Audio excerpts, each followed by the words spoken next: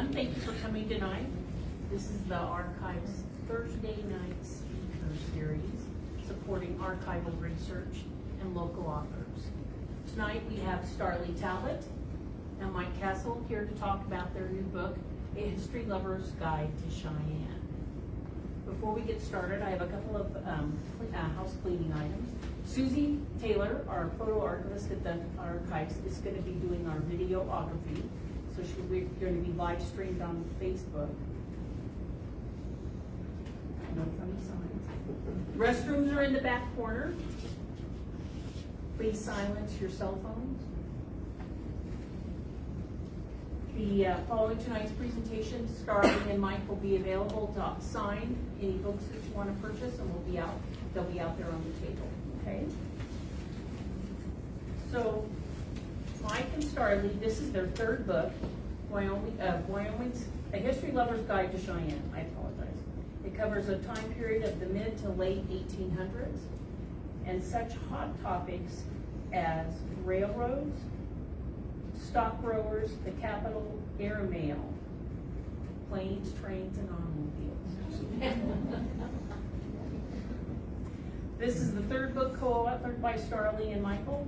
And Starley's a freelance author, has written for many newspapers and been published in magazines. And Mike is the curator of collections and the director of operations at the Cheyenne Frontier Days Old West Museum. He's also an adjunct professor at LCCC. God bless your soul. So I'm going to go ahead and let them get started, and then, like I said, afterwards we'll have a book signing out at the table for them, and you can purchase their book. Okay. And we'll have questions and answers at the end. Thanks. Thank you very much, Robin. Well, ladies and gentlemen, thank you so much for coming out and joining us tonight. I'm glad the weather wasn't a problem. It's really kind of weird when I was asked to do this presentation back in August. Of course, you think in December, most people are going to be coming in snorkel parkas and everything else like this. Very fortunate to have this type of weather. Well, anyway, so as you join us tonight, I'm very pleased to show you what Starley and I have come up with, which is a history lover's guide to Cheyenne. There have been many books written about the history of Cheyenne, and some of them are extremely recent, as when we do have a recent book that was published in for the sesquicentennial, or the almost bicentennial of the city of Cheyenne, 150 years. And so we do have lots of books, and I talk about different aspects of history. But almost everybody that writes a history of Cheyenne, it can tell you that it's almost impossible within the confines of one book to write everything. What we've done inside this little book is we start talking about, Starley and I have looked around, and we've done something that really hasn't been done in about 54 years. The last time there was a book that was published like this was published by the Centennial Commission that was put together in 1967. It gave a very general history of Cheyenne. It was also relatively small. And this has been a book that has been informing a lot of people who have written books about our city ever since. But that, of course, was 54 years ago. And so we were very fortunate that we were asked by the History Press to actually publish another book that's very similar. There are books like this being published all over the United States for a variety of different cities. Denver, Colorado has one. We also have one for Seattle's, Charleston, South Carolina, New York City, Kansas City. We have good company. And there are people, of course, who are interested in our place, the place that we call home. And that's what Starley and I are trying to talk about. When we talk about the history of the city of Cheyenne, it's easy to talk about the people. There's also events that took place there. But in many ways, the one thing that's always in front of everybody's eyes, whether they realize it or not, is the tangible evidence that these people left behind. And that's what we're going to try and talk about when we talk about the history lovers guide to Cheyenne. To begin with, how people get a sense of place is often defined by where their city is located. And it depends what the city was intended for. If a city is a port, naturally it's going to have a waterfront. Very much like any city that you have, the waterfront is one of its most defining features, economically, politically, and so on and so forth. If you have a community that is developed for a mining town, obviously perhaps mountains or some other type of geographical feature where the minerals are going to help define the landscape and help define what that community is. While a lot of towns don't necessarily have recognizable natural features that become part of the landscape, there are a few cities that do. Right? And just to go ahead and see if you guys know where these places are. Here's one city that I found that has a great landmark that's natural. You guys know where that is, of course. That is Mount Fuji in Japan, but that's one of the few. The other one is like Casper and Casper Mountain. Okay? So that's a natural landmark that helps define a community. But those are extremely rare. In almost every instance, when a community has landmarks that define it not only for its own citizens, but also for people from the outside to recognize it, almost all the landmarks are man-made. Most of these landmarks represent some high point or feature that sets the city apart as being either a political, religious, military, or some other type of center that really defines the town. And there are many communities that have landmarks that if you just see the landmark, you know precisely where this place is. For instance, you guys know where that is? Just by looking at New York City, the Empire State Building. Okay, how about this one? Right? So that's a wonderful landmark that helps define a community. How about this one? Okay, so that one's kind of fun. Now to get really complicated, those are marvelous. How about that one? Okay, that one might be a little harder. It's easier for us to recognize. Not a lot of people might recognize the Wells Fargo building, but we do because it's part of our larger landscape. Now, all of these major towns usually have a lot of, definitely have a lot of resources, a lot of people, and so they can build magnificent monuments. And frequently these monuments are a reflection of that community's needs. It also reflects technological advancement. It also reflects what that society believes and holds dear. But it's of course not only important for communities of large size, it's also incredibly important for communities the size of our own. We have our own landmarks that we look to that help define our community. And some of them we know pretty well. Right? Of course, naturally, we have the depot that represents our relationship to the Union Pacific and the Transcontinental Railroad, the reason why our city is even here.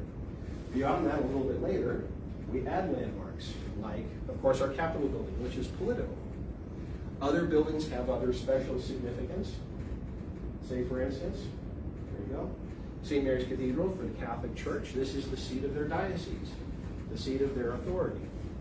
Beyond religious buildings, we also have military structures that may not even be buildings, but these are landmarks that people recognize. All right? So the missiles out there at F.E. Warren Air Force Base are instantly recognizable for almost anybody in Wyoming that drives on I-25. You know where you are. And then, of course, you also have civic and other wonderful, maybe entertainment venues that can make a special city special and unique. Frontier Days, naturally, I'll have to talk about that. All right? So each one of these things is something that defines our community. If we didn't have something like this, it wouldn't be our home. But it's interesting to think about what each one of these buildings means to us as we grow up in it, or if we live here long enough. Sometimes these become just part of the landscape.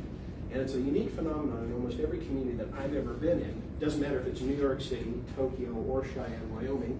If you live there long enough, these almost fade into the background. They become just part of your background, background noise and so on and so forth. You don't really miss them until something changes. Of course, cities like Cheyenne, Wyoming are a living, breathing entity. And one constant we have in this community is change. And so they're constantly evolving and adapting to the people and what they demand from their community every time. Fortunately for us, a lot of the remnants of what this community has meant to various peoples at certain times continues to be with us every day and becomes part of who we are even today. Like I said, though, sometimes change happens and it can be difficult. Sometimes it's more difficult than others. And when the landscape changes because our landmarks change, we feel it. Some of these are relatively easy. As Cheyenne is, we're certainly getting to a period like this, the easiest change is when the city is growing. On the outside of the periphery where there's plenty of room to grow, there are the possibilities of new landmarks where nothing was before. Those are relatively easy to accept, and we basically grab onto those as soon as they're put up. All right? Some of them are a little harder to manage. Say, for instance, when landmarks that we had for a long period of time fallen into neglect, disrepair, or might actually become an eyesore to many people. In some instances, if people value these things, they'll try and protect them. But if you can't protect them, sometimes you have to replace them. Sometimes it's done sensibly, and perhaps the result is actually better than what was there previously. but it helps maintain that sense of community. That's on purpose. One that's a little more difficult for people to manage is when things are done on purpose and we wish they didn't. Say, for instance, this wonderful building. It has, of course, now a great historical significance, but at the time, it lost its luster. The people that were managing that building and using it didn't see the value in it and thought perhaps maybe it should be replaced by something better and something newer that would fit the community's needs. Oh, boy. It didn't work.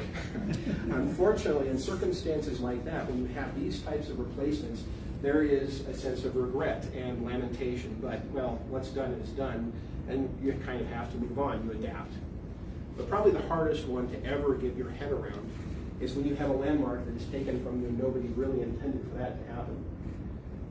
Fires, disasters, natural occurrences, things like this, a constant way of changing communities and changing our landmarks. When this building, Mary's Bake Shop, built, burned down in 2006, we thought, well, of course, it was in the middle of the block. Perhaps it was going to be replaced with something new. But of course, when things aren't replaced, they leave a rather open scar. And you know, the community almost feels it.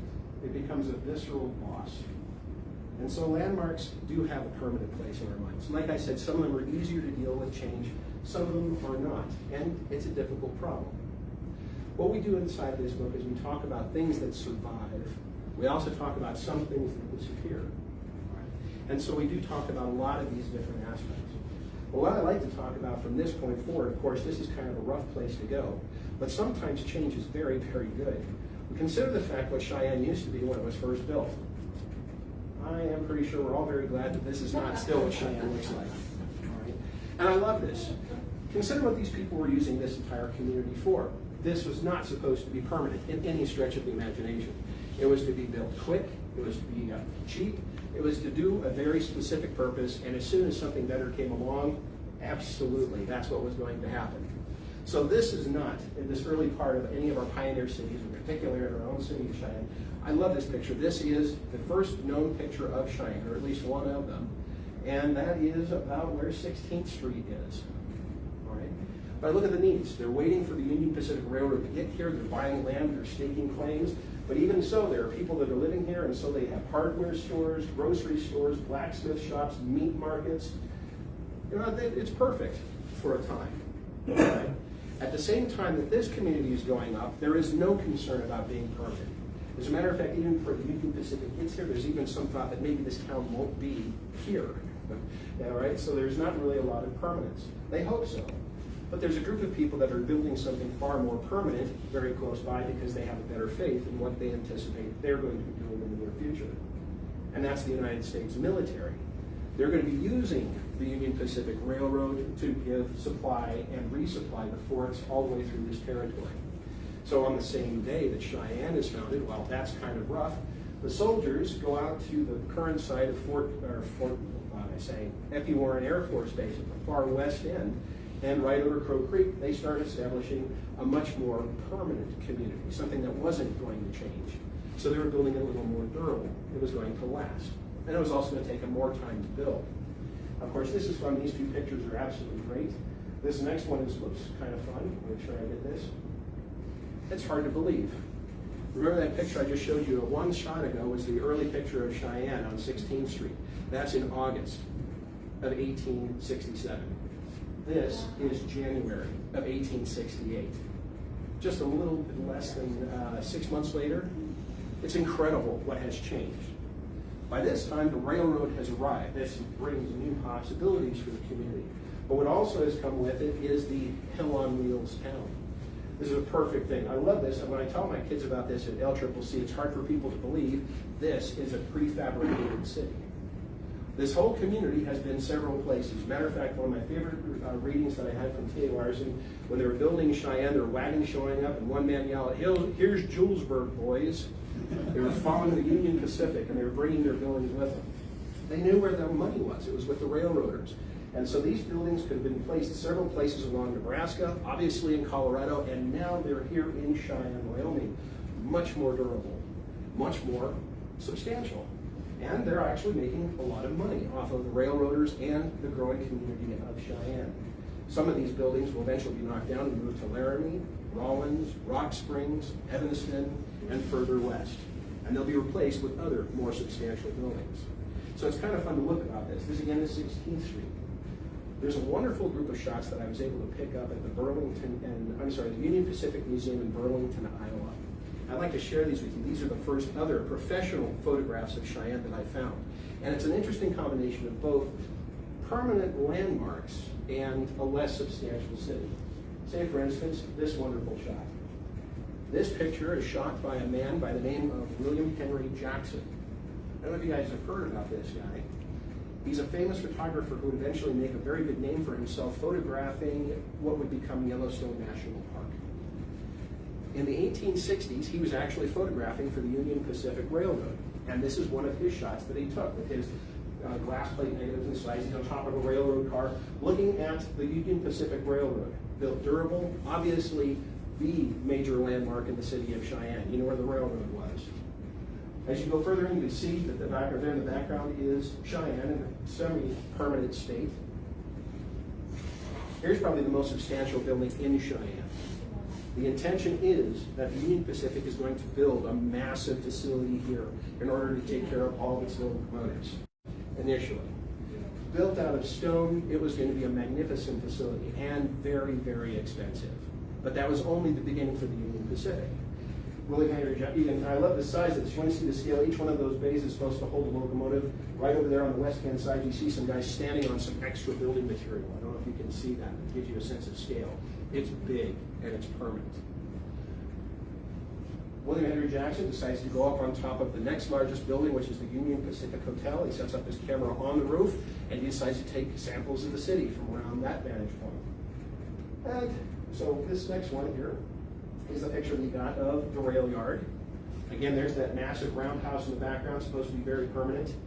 That little building in the front is Cheyenne's Depot. That is, well, good enough for the time, but that's supposed to be just for the passengers. And that's what all railroad towns were going to be getting from the Union Pacific, is something small like this. Again, made out of tar paper and wood, board and batten construction, probably not all that durable. It actually lasted a lot longer than the people of Cheyenne hoped it would. All right. As it was, he took a picture of the rail yard. Some of this is very kind of ephemeral. Take a look at the city of Cheyenne. It's not much better. This is kind of a different vantage point from the one that I showed you on the ground level at 16th Street. He turns around and pans. You see all of these rough wooden buildings that built fast, as cheap as possible, good for the weather. Thank goodness people are getting it out of usual Wyoming weather. No trees anywhere to be seen, so it's a great prairie town. I personally like in this particular picture, this building right here is one of the first restaurants in town, called the Chicago Eating House. So we already have a chain, Old Chicago's there right at the very beginning. Right, so people are having a good time, settling themselves in, but you can already see that there's already becoming a sense of community. All right? It's already getting pretty big, but again, it's kind of temporary. None of this is very permanent. We also had shortly after that, I should say here's another picture. This picture right here is something a little more substantial. This is the building still under construction at Fort D.A. Russell. You have a brick building for the Commandant's office, probably one of the most substantial structures in the area at this time. The rest of them were built out of wood, but they also even look a little more stout than the buildings I just showed you. Military's here for long haul. All right, so they build to the case. All right, beyond this, I love this picture. This is an aerial sky view that was done by a balloonist. After the Civil War, you had guys that would travel around the countryside, sending in balloons and drawing pictures of towns and then selling them to people. And this is Cheyenne. Right, so it's kind of nice. You have your nice little streets. The landmarks that you see in the entire picture, maybe out there in the far distance, you have the Black Hills, as they were called, the Laramie Range. Crow Creek is the biggest thing. Then you have the Union Pacific Railroad. It looks kind of like a small little bump in the road. For the most part, all the way up until about 1871, Cheyenne was little more than a bump in the road.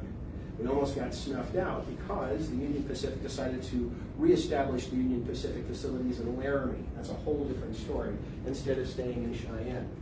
Cheyenne responded by actually creating the territory of Wyoming to protect itself. All right, so they campaigned for that, and they actually were able to get the territorial capital moved to our city to give us a reason to exist beyond the railroad. But we didn't have a lot of prosperity. course, you guys know what the next step is. Where are we going to find this prosperity that's going to start changing the entire landscape of Cheyenne? And of course, naturally, we find it pretty quickly when we find that we have gold on the hoof. Cows, of course, are doing extremely well. The cattle business takes off about within 4 years of Cheyenne's being established, about 1871. And one operation after the next realizes that this is where you're going to make a tremendous amount of money. The demand for beef in the growing United States is amazing, and Cheyenne can cash in on it. We're on the railroad, and we have plenty of grass. This is really what's going to start establishing our community and start building the landmarks that are starting to define the town even today. To help manage this magnificent thing, as a result of the cattle industry, Cheyenne, in a period of less than 10 years, is going to go from that little tiny bump in the road to having another map drawn, and the city has transformed itself. Even in this picture, you can start seeing landmarks, things that people are starting to do to their town to make it a little more livable. I love the fact that we have a park. We have, very early on, St. John's Hospital out there all by its lonesome. We also have many more substantial buildings throughout downtown. It's very hard to find a little building made out of wood or a tiny little shack that was there before. The reason for that is there is a ton of money going through the town, of course. Many of you know the history. The cattle industry is fabulous for our city. We are certainly going to become one of the richest cities per capita for a very brief period of time in the world for our size. And the people who live here are going to leverage it, and they're going to change the community. This is where most of it begins. This is probably Cheyenne's first major landmark outside of the Union Pacific Railroad. Built in 1880, this is the Cheyenne Club. This is the center of the power of the cattle industry in Wyoming and many other places. Run by the Wyoming Stockbrokers Association, this is the place where millionaires from as far away as London will come to see how their businesses and their investments are doing in Cheyenne. Fantastic building. Is built in Second Empire style with beautiful porch that goes all the way around. It had its own wine cellars, cigar rooms, lavish appointments. It was a place that millionaires would love to be, and so would everybody else. But of course, it was an infamous place because it was also where we had lots of very interesting political things happening while the building was in its operation as the home for the Wyoming Stockbrokers Association. But it's undeniable that this is the center of power, and it reflected itself in the rest of the community. Part of where it got reflected was in the commercial sector. As the cattle industry grew, so did Cheyenne's importance as a commercial center, and we began to have commercial buildings that reflected this newfound wealth and power. Gone are the entire ideas of having things that are now made out of wood. We're replacing with brick, stone, glass, and iron, and all of it's imported, of course. That's fantastic. Now, you guys recognize this building, perhaps? Well, maybe not. Some of you might. Now, this is the Phoenix Block. All right, one of the first buildings built commercially. The Cheyenne Club was built in 1880. This is the Phoenix Block, built in 1882. It says so right on the top. If you don't really recognize it, I had to do this for my kids too. I had to go ahead and update it.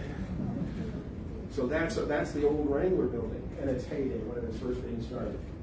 Built on the opposite side of the street, by another gentleman who was deeply involved in the cattle industry, Francis Warren, was this wonderful structure right in the middle.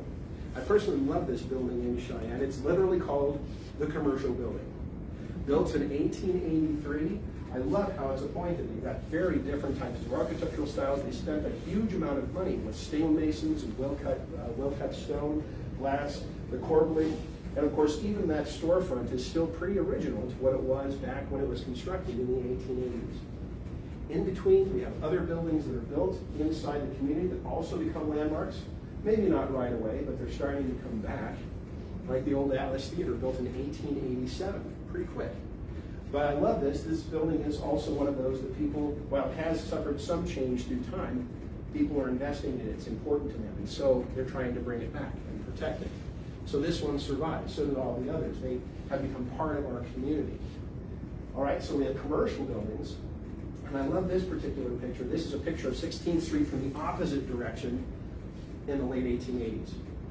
And of course, you can see it's an entirely transformed place. We now have almost like a small canyon of all these types of commercial buildings made out of steel, glass, stone, and otherwise. But Cheyenne is an amazing place because at this very same time, we have so much money. The commercial district is actually challenging places like New York for some of the latest innovations. depending on who you talk to. There's some great rumors and myths that some people like to talk about. That Cheyenne was actually in competition with New York City to be the first city with electric street lights. And we won. Did we really? We did. Absolutely. Well, that's the way Cheyenne sees it. Absolutely. Right.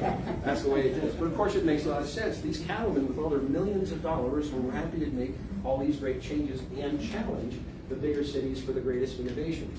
The other thing you might notice is the poles that are running through the street. They're not the telegraph poles. Those are telephone poles. In 1882, Cheyenne makes the first city-to-city phone call on planet Earth between Cheyenne and Laramie. So yeah, we do quite a few good things in a small town our size. I think at this time, the population of maybe 12,000, somewhere around that time. That's pretty good for a small town our size to keep up with New York City. All right, but moving a little further forward, we talked about the commercial district. What about the houses?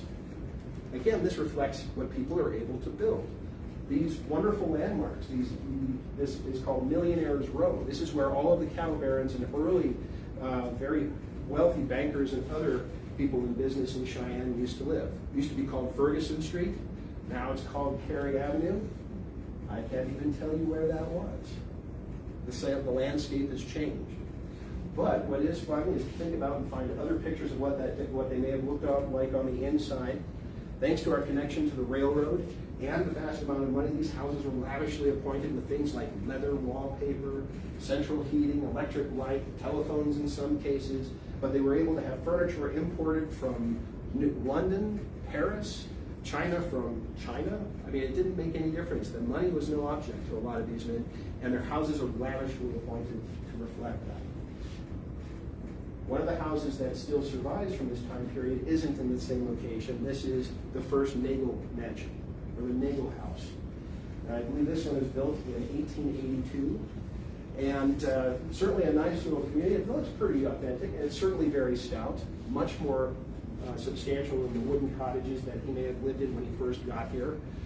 But because these guys like to show each other up very quickly, after we had the Magel mansion built on 17th Street, there were other houses, especially that were nearby by competitors, that probably spent a little bit more on their homes, like the Cary mansion. This is fantastic. The first man to represent us in Congress as a territorial legislator.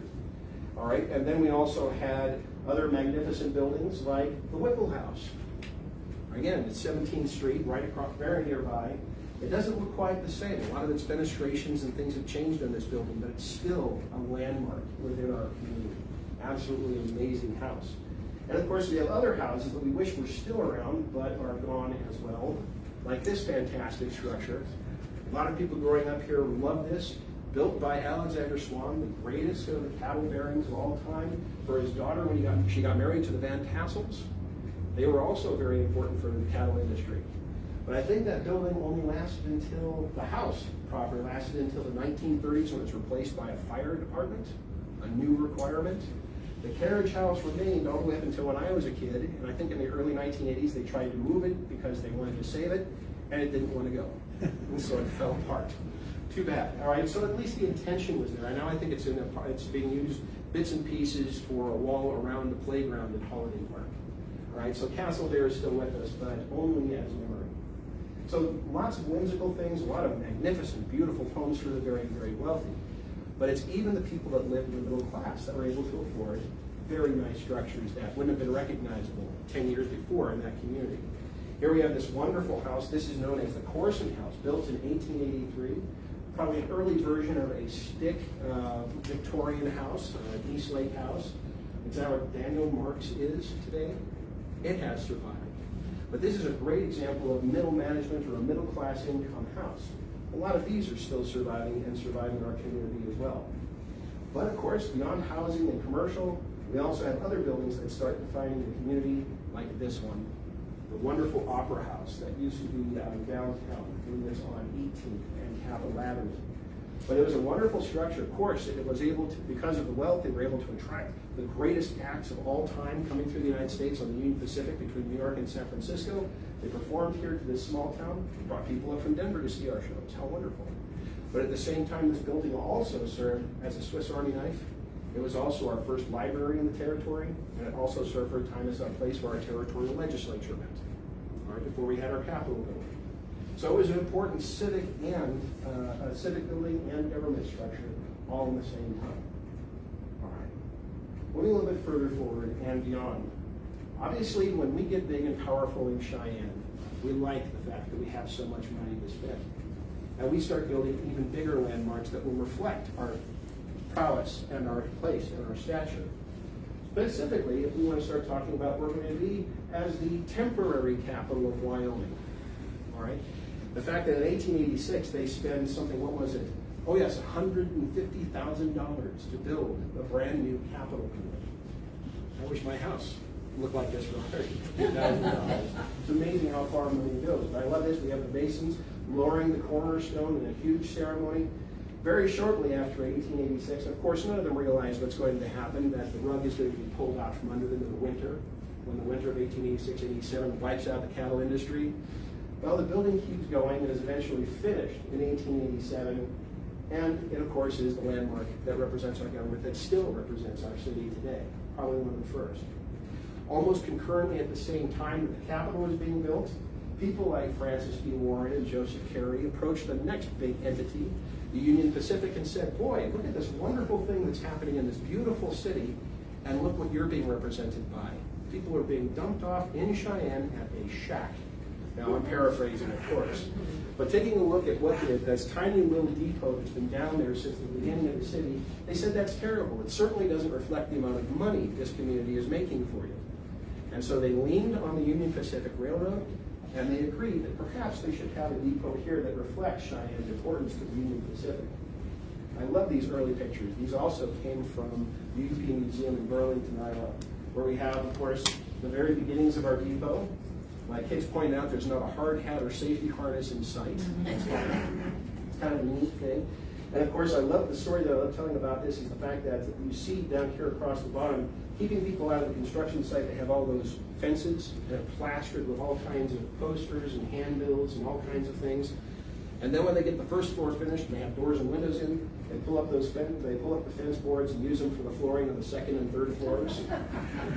And there's many stories when they were doing the restoration of that building in 2004, when you have a construction worker that knocked a hole in the ceiling. My favorite one is that one guy knocked a hole in the ceiling and he gave a yelp. The other guys came over, looked what he saw. There's this bearded woman looking down at him. Kind of a fun thought. But anyway, this whole idea about the depot becoming a great and grand structure to reflect the wealth and power of Cheyenne, another landmark to its commercial success. There it is. Probably right after it was completed in mid-1887. It's so new it doesn't even have its clock yet. It's late, coming from London. Wonderful picture showing that structure. And then you also have this wonderful streetcar, horse-drawn streetcar here in this front picture. It's amazing to look at these old pictures of our old landmarks. Well, anyway, so here we have two of our major landmarks that are on the same street.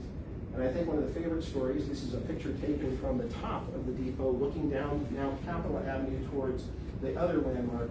And of course, the favorite story is that these two most powerful organizations in Wyoming had to build buildings down the same street so they could keep an eye on each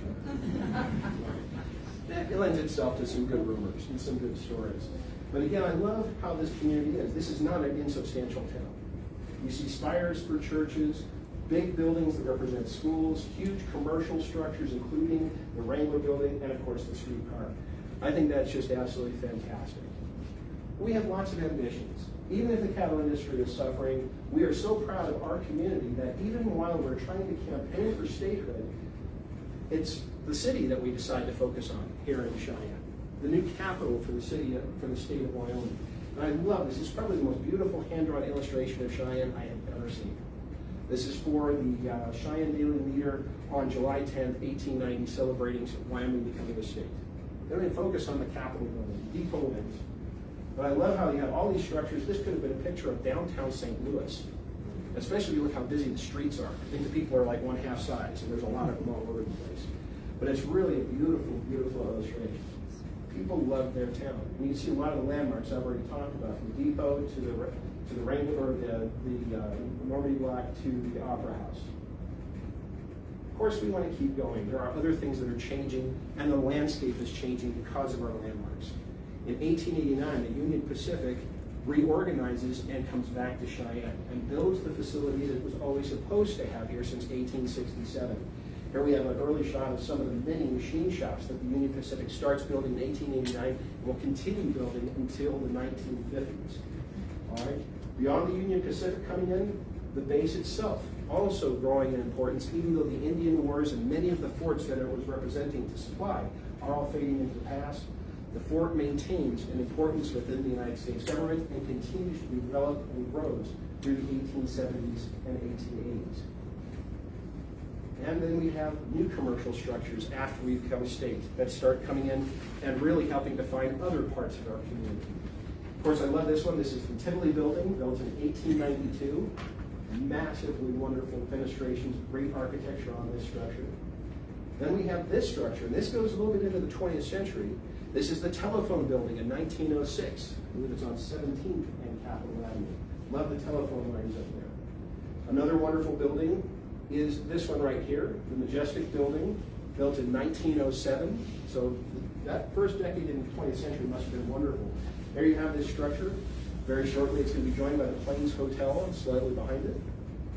Then we have this wonderful structure, the first steel-framed skyscraper in Wyoming. That's the Boyd Building. For those of you that might remember, this is, of course, where City News used to be. All right, well, it's only 5 to 6 stories tall. It's at least a beginning, all right? But it's the first steel-framed structure in the state of Wyoming. The sky's the limit. And then in 1922, more innovations and needs.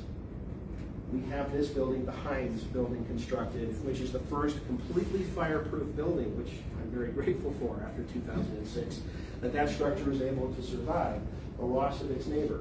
It's still here as well.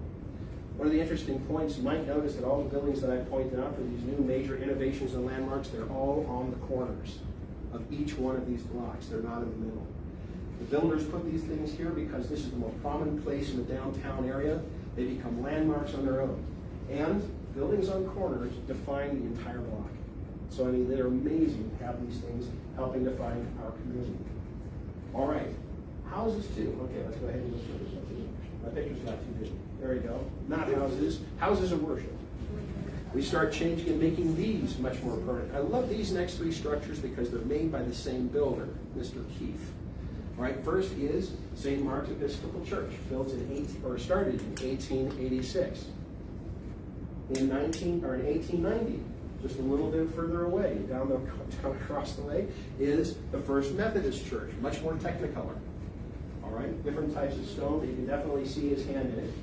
Then you have in, 1909, again by Mr. Keefe, I've already mentioned it, St. Mary's Cathedral. One man has a big hand in the religious community around Cheyenne for what type of landmarks they build for themselves. So he's kind of an interesting character we like to talk about in our book. All right, and then of course it goes on into the 20th century. We have other landmarks that get built, like the First Presbyterian Church, 1925, much more streamlined. Gone is the old ashlar construction. Now we have much more smooth stone. And then of course in the 1930s, Saints Constantine and Helen for the Greek Orthodox Church. Not necessarily in the same location, not downtown, dominating a block, but it is still a magnificent structure in the middle of a quieter neighborhood. But it becomes a landmark in its own right. Churches, of course, are always important to become landmarks in the community. Houses, too, not only of worship, but places to live. Apparently, Magel was tired of living in a small house on the block and decided in 1886, using stone, the same that was used in the Capitol, to build the Magel Warren Mansion. Of course, we know the story that he used stone that was rejected by the original builders and said, no, it's cheap, I'll use it, I guess. And obviously found out that they rejected it for a reason since it started falling apart, and now it's a beautiful stucco building, holding it together. But still, it's beautiful enough that Francis E. Warren decided to buy it, right? So it used to be his mansion. Beautiful structure, probably one of the most recognizable houses in Cheyenne. There are other recognizable houses that are gone, like the Van Tassel House. Used to be on 17th Street, closer to Holiday Park. And unfortunately, it's gone. Made out of wood, not necessarily as durable, but it could have lasted. All right, I should say the carriage house still remains. The carriage house got moved only a little bit from that location, is now the Artist Guild building in Holiday Park. So some parts of it have still survived, if not the house itself. And then we have this building, the Idleman Home. And this one was built in 18, let's see, I'll make sure that I have this right. Yeah, the Idleman House. I don't have the date for it. I believe it's 1893. Beautiful structure, and of course, it is still right over here. One of the last survivors of that time period, we had Millionaires Rome. All right, that was south of the Capitol building. So beautiful structure that's still being used and saved even today, even the cast iron fence, which I think is just absolutely magnificent. So another one of those housing landmarks. But again, not only the very wealthy, but also the middle class gets to have a little bit of more substantial structures. These rather famous little homes are known as Keith Rowe, the same guy that built the churches that I mentioned before, also built this whole block. My niece called these the Four Sisters. I think that's still the name locally that they hold on to. The story is Keith wanted to have a house for each one of his daughters when they got married. I'm not sure if they all stayed. All right. But just the same, he built this whole block. It's a wonderful array of structures in late Victorian period, about 1895, when all of those are built. All right. And then, of course, we're getting into the modern age. Then by 1911, we have the Netford apartment building built on 17th Street, showing more of an urban, which one? 18th Street, sorry about that. But anyway, it now represents a new urban housing environment that now Cheyenne has to deal with. We're more urbane than we'd ever been before. It's the first of many apartment buildings that are going to eventually grace our city. All right. So anyway, beyond housing, our civic buildings also continue to evolve and change, and new landmarks get built. This one, of course, you've seen. This is the Masonic Temple, built in 1901. I thought it was earlier than that before we started doing research. It used to look wonderful without all those fenestrations, but a fire damaged it in 1910, and it was able to survive and maintain itself and hold on even to this day. So that's a wonderful civic building. 1919, the city and the county decide to build this structure, which is still there. And then further on, as a reaction to the Spanish flu in 1918, St. John's Hospital realized that their building wasn't sufficient for the needs of a community our size, and they built this, the Memorial Hospital of Laramie County, and from that point it has continued to grow and grow and grow. And I think that building is in there somewhere. All right? I have no idea. They say it is. But anyway, so it's a modern reflection of the needs of a growing community. And then World War I also demands that we have to take care of those who fought. And the VA hospital was established in 1923. All right, so it becomes a landmark, a very large one, on the east side of town, defining our community. And then, of course, the landmarks keep coming. And also responding to needs of the community, here we have our Supreme Court building, built by the Public Works Administration, 1935. Right? Beautiful structures that continue to grace us, and we keep adding more as time goes on. Again, change is constant. All right. Now, as it is, talking about change and how change continues to be constant. I had said that Cheyenne only had a few minor landmarks, all right, when it first got started, Crow Creek being one, and maybe the fort being another. But we began to be defined by the landmarks that got built and continued to grow where they were. And they actually became rather restrictive on Cheyenne. The Union Pacific Railroad continued to grow and become incredibly powerful and prominent during the 1920s and 1930s. This is just one aspect of the machine shop. There are some 17 locomotives in this picture going down into the horizon. An extraordinarily busy city. It has 500 employees. This is an important structure. But to give you an idea of how big it is now and the impact it has on the skyline of Cheyenne, it's massive. It's absolutely huge. During World War II, pilots sighting their bomb sites that we worked on here in Cheyenne used that roundhouse to site their northern bomb sites on because it's easy to find. Right? It's just amazing. But anyway, that roundhouse houses some magnificent structures, and those magnificent buildings continue to grow. Beyond this, another aspect is a shocking innovation by transportation that defines the city. 1920, we develop our first airmail field north of Cheyenne, and from a small dirt strip, it's going to continue to grow first when Boeing Air Transport brings it into the modern age of air transportation, becoming one of the largest airlines in the country, where they start repairing all of their airliners here for a time, and then especially in World War II, when the demands of the war transform the entire area once again, and we have Modification Center 10 working on bombers for the war. Those runways are poured, and I can't imagine a bigger landmark from the air than those runways. Probably good for the pilots. But they have enough concrete in those runways to build 15 Empire State Buildings. And I love how you see this. There's nothing else in Cheyenne out there. It dominates the northern part of the city. Del Range is this tiny dirt road here that kind of takes a jag on Powder House and then goes off to who knows where out there. All right? It's an amazing definer of the city. But there are others. During the course of the 20th century, the base continues to keep growing. Eventually, by the 1920s, it's one of the largest and last cavalry bases in the United States.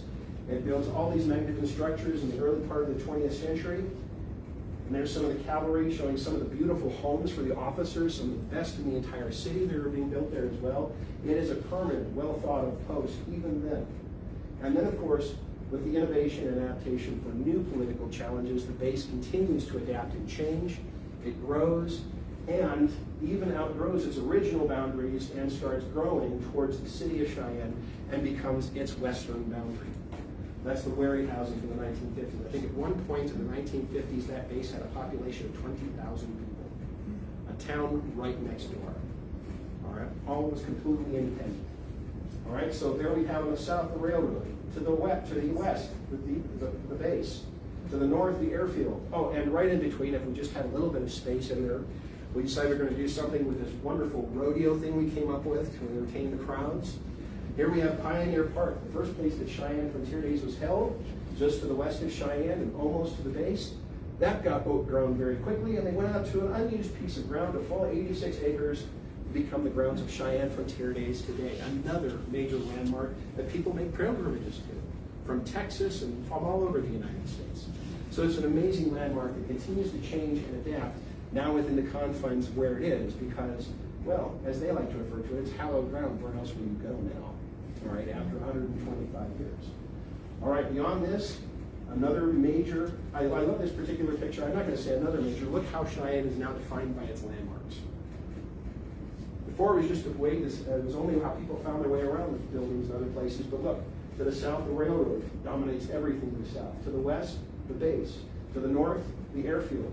The only place for Cheyenne to grow is to squeeze out to the east. And that's where it grows for years. And of course, lately, it has been able to jump these boundaries and we become something else as we grow past all of these landmarks and we grow even today. But they're still with us. Now, Starley, and we've done this book, you can't put everything in there. There's so much you can do inside the pages that you have. And so we haven't been able to talk much about the beautiful edifices that used to be part of our educational system. We have old landmarks like the Cheyenne High School. And we have new landmarks that are defining our community even now, like Laramie County Community College, adapting and growing even to this day. We also don't talk about the other types of smaller landmarks that came up because of a public need. 1976, with the bicentennial, people became interested in their history. Beyond the State Museum, which was already extant, other smaller museums start cropping up all over the place, like the Cowgirls West Museum and some other obscure facilities that have something to say. All right. So, I mean, we have other landmarks that are being built for the heritage of the community that they now represent, that are also a new type of landmark in the 20th century and now the 21st. And we can't talk too much about the other landmarks that make life so much better out here, like our great park system. Here we have Holiday Park. And of course, we have the Children's Park for today, which today, it's just a wonderful gift that the people of the past have given us, and we keep adapting it and making our life better even now. And then we have other smaller landmarks that we talk about, but we can't do too much. Basically, a recognition of where we stand in, say, with the field of aviation with the airport fountain, which thankfully just got turned back on. I'd love to see that one back up again. And then, of course, other landmarks that you may not have known we had, such as the Buffalo Soldier statue off of Randall Avenue, to the black soldiers of Fort D.A. Russell. Not very well visited, but it definitely deserves to be so, the place in history they had. And then, of course, we have landmarks that are still here, but weirdly relocated. You guys seen this one? You know where this is? This is the Vanda High, you do know where it is, right? This is a fun one. This is the Vanda High family plot. But it wasn't originally a landmark for an individual family. It used to be actually at the corner of Ferguson and 15th Street, or right at the intersection rather, put there by the American Humane Society, I believe, what, 1898 or something around that time, as a place where horses could get water. And then after sometime in the 1920s, they decided to move it as they're working on the roads. The Vanda High has got it, and pieces of that fountain are still held on by the family elsewhere, in Torrington, I think it is. But anyway, the Vanda High Quad is there. So Little Landmark got moved, but are still safe. We love talking about some of the small things like that. All right. And then, of course, the other landmark, which is the last tangible thing we have with the people that built our community and us. We can go visit these people. We can see that they're still building monuments to themselves even now. The cemeteries do stand as a wonderful landmark and connection with people in the past that helped build our environment. All right. So, with that, let's see, the last thing, Cascade. The History Lover's Guide to Cheyenne. Starley and I had a hard time doing this book. It is impossible for us to mention all of the buildings that once were and no longer are. And it almost is hard not to mention all the buildings that people consider to be landmarks for various reasons in the community. So we picked many of the ones that we had previously already identified through the works of many other people. And so we put this in a smaller book that we thought would be easy for people to carry around with them and also be able to use to learn the history of Cheyenne as they wander around inside their environment. We're very lucky. And of course, in putting all of this together, we have to say thank you to the many people who helped make this possible. As many historians of Cheyenne have done, we certainly did. We stood on the shoulders of many great historians before us. I've already mentioned the Centennial Committee in 1967. I also like to mention Sharon Russell and her wonderful book where she wrote about the history of Laramie County and Cheyenne around 1990. We also took a look at books thanks to Rick Ewig, who made that wonderful book for Cheyenne Sesquicentennial. There were many books. Jerry Adams wrote a beautiful book on the history of the base. And then we had so many other people that didn't write books, people like Beth Holmes for the National Guard Museum, Wyoming National Guard Museum, that gave us a tremendous amount of information. And of course, I would be remiss if I didn't mention and thank the Wyoming State Archives for everything that they gave us that helped us build this wonderful book and this opportunity to take this beautiful stroll through our remarkable community. Thank you all so much, and I hope you enjoy the History Lover's Guide to Cheyenne.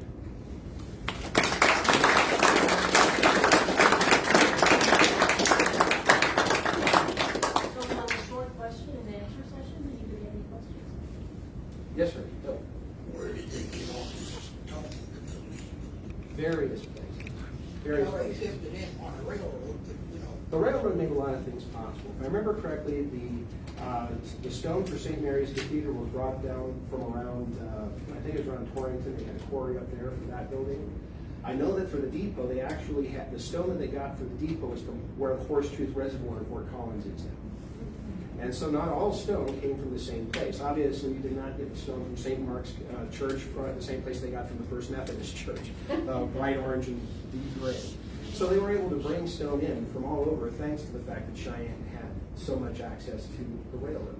And it is a very important thing. But it's hard for me to say. Do you know, Starley, where they got a lot of the quarry stone?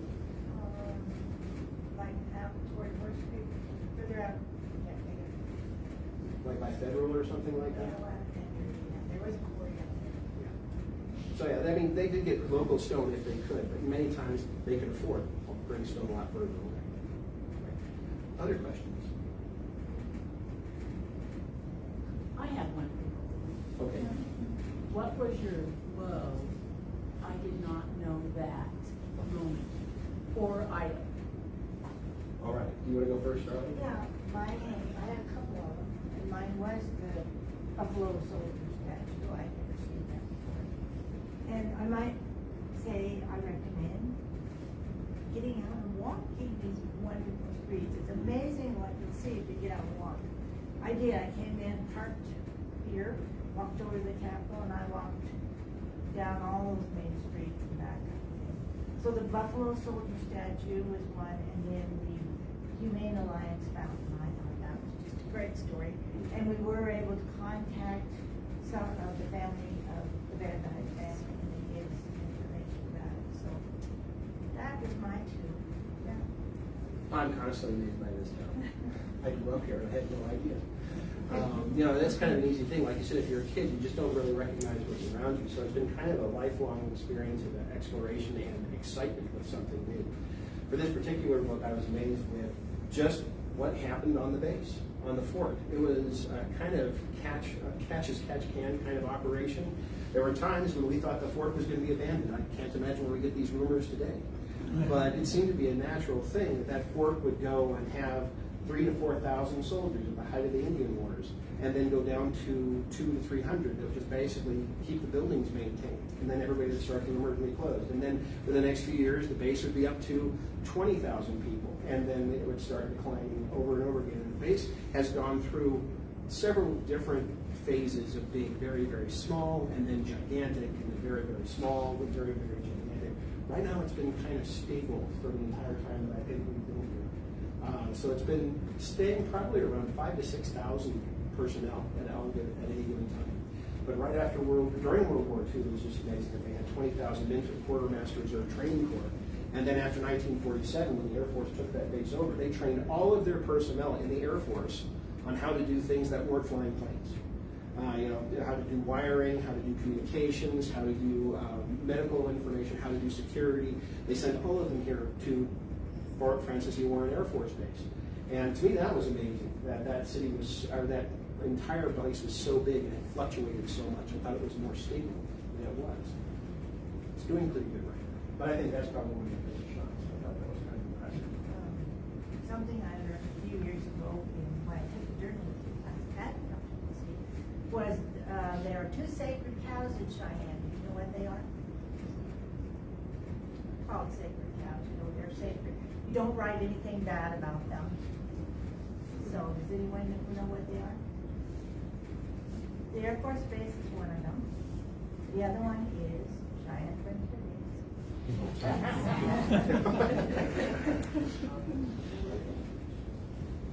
Any other questions? Thank you all. Thank you very much for coming in. Remember, we have a series of speakers. Susie made up some little flyers. Our next one's in February, and I believe it's Brad from Park County who's going to talk about the history of bear hunting in Wyoming. And then also we have Mike's and Starley's book out there for sale, and they'll be available to sign. Thank you very much. We appreciate this. Thank you.